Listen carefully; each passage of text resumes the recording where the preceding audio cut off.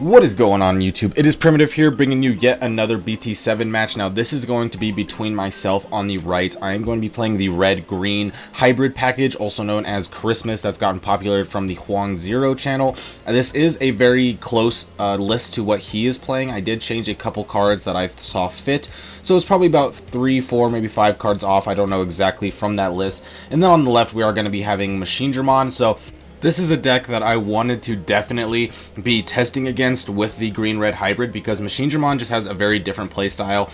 It has a lot of blockers, which isn't that big of a deal because we are going to be suspending a lot and then piercing with the JP with this deck. But the main reason I think it's very interesting is because the Machinedramon preventing the deletion, which will negate the piercing, and that's going to change a lot about this list, especially once the Ancient Beetlemon. We want to be deleting a lot, and so the Machinedramon making it so it doesn't get deleted by trashing its Digivolution sources is going to be very interesting. So I went ahead and Digivolved into the Arbormon right there. Because of the JP, the Digivolution always only costs 1, and then I am going to gain 2 from the Bokomon. So because of that, I am actually gaining 1 memory off that interaction, which is pretty cool. The fact that you're able to gain so much memory with these type of decks through the Tamers as well as the interaction is pretty interesting. So I'm going to go ahead and swing in. The effect is going to let me Digivolve into the Ancient Beetlemon here for 13k, and that's going to be the card that is kind of the key of this matchup. Like I said, we want to be getting that piercing and the trashing with the Ancient Beetlemon, and so my opponent suspending their Digimon here is pretty nice to me because unless they Digivolve into Machinedramon here, then that's something that I'm going to be able to swing over next turn, get the piercing and the trash the top security check, and we'll just be off to the races. This deck is incredibly aggressive, which is why I enjoy it so much. It really reminds me of the last format where we were playing the Agumon with the Greymons and the Lightning Joust. It feels very similar with the Atomic Infernos here. You just are so aggressive, so I'm going to go ahead and swing in here. I don't think they even have the blocker to be able to block with the Machinedramon there, so I'm just going to go ahead and keep getting aggressive here. I did play the Mimi to pass turn, but I do think I could have swung with the Gaussmon there. My opponent's not going to be reducing their Digivolution sources as the Machinedramon is a gain memory card, so something like the Terriermon would probably be better here, so I could swing in with the Gaussmon.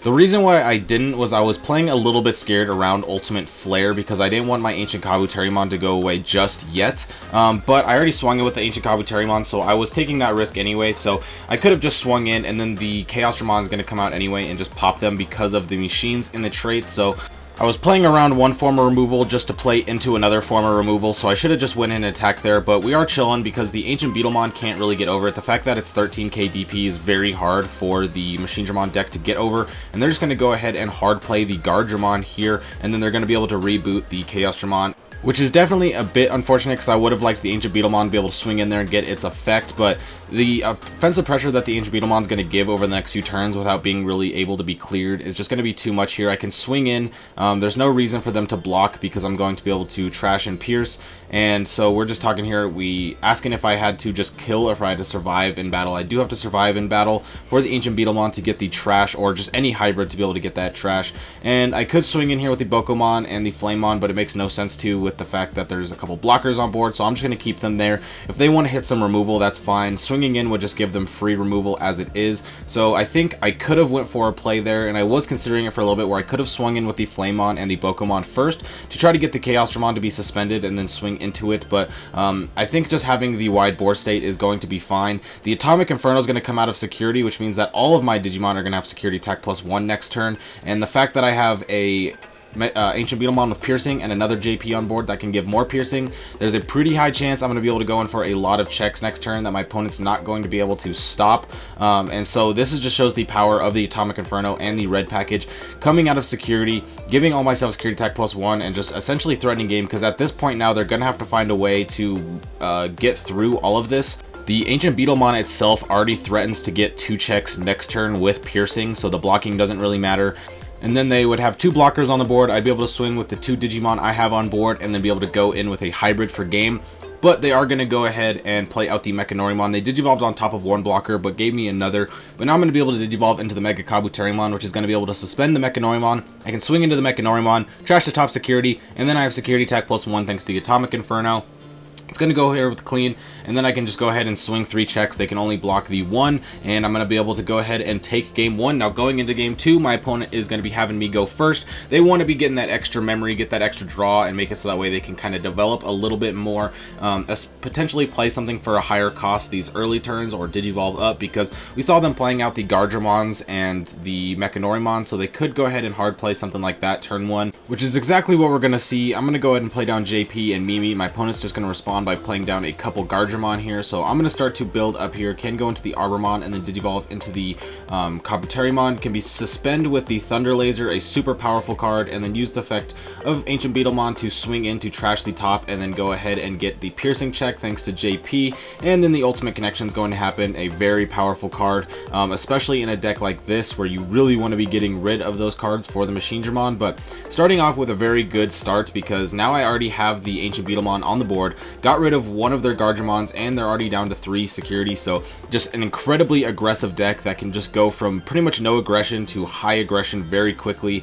And versus a deck like the Machinedramon where it's just a bunch of blockers, it's not really going to be able to do too much, especially when I get on board this early, because with the piercing from JP and the trashing of deleting a Digimon, blocking is just borderline useless. You're going to have less checks going in with just allowing me to attack in with the piercing than I'm going to have then if you block, because then I get to trash and then pierce. So they do get the Machinedramon out, but unfortunately for them, this Machinedramon does not have blockers, so all they have out is the Garderomon to be able to block this uncutting aggression. But if I can go ahead and swing over this Garderomon, it's probably looking rough, so I'm going to go ahead and play another Thunder Laser, making it so that way I can swing over, trash the top security, and then swing for the security check, trashing the Analog Boy, hitting the Analog Boy, so no matter what, it's coming out. But then I can go ahead and swing in with the Agumon.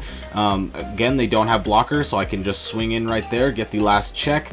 And then I do have the hybrid to go on top and just go ahead and go in for game on top of Mimi, and that is going to be the set. Like, this deck is so incredibly aggressive. I have completely fallen in love with this deck. It just reminds me so much of the crazy Lightning Joust Greymon stuff from last format that I enjoyed so much, that this just really is a deck that you'll probably see me playing a lot more, because after playing a bunch of test games with it last night, I really think that it's really cool. I spent a decent amount of time after locals also refining it and making changes that I saw fit, so I'll definitely be showing you all those changes later on the channel. But with that being said, if you enjoyed, be sure to like and subscribe, because I'll be bringing you even more BT7 content. I'm going to be trying to get as much up on the YouTube over this next week as possible, with deck lists, matches, breakdowns, all that. So be sure to subscribe so you get notified when that happens. But I hope you all have a great day. I'll catch you next time. Peace out.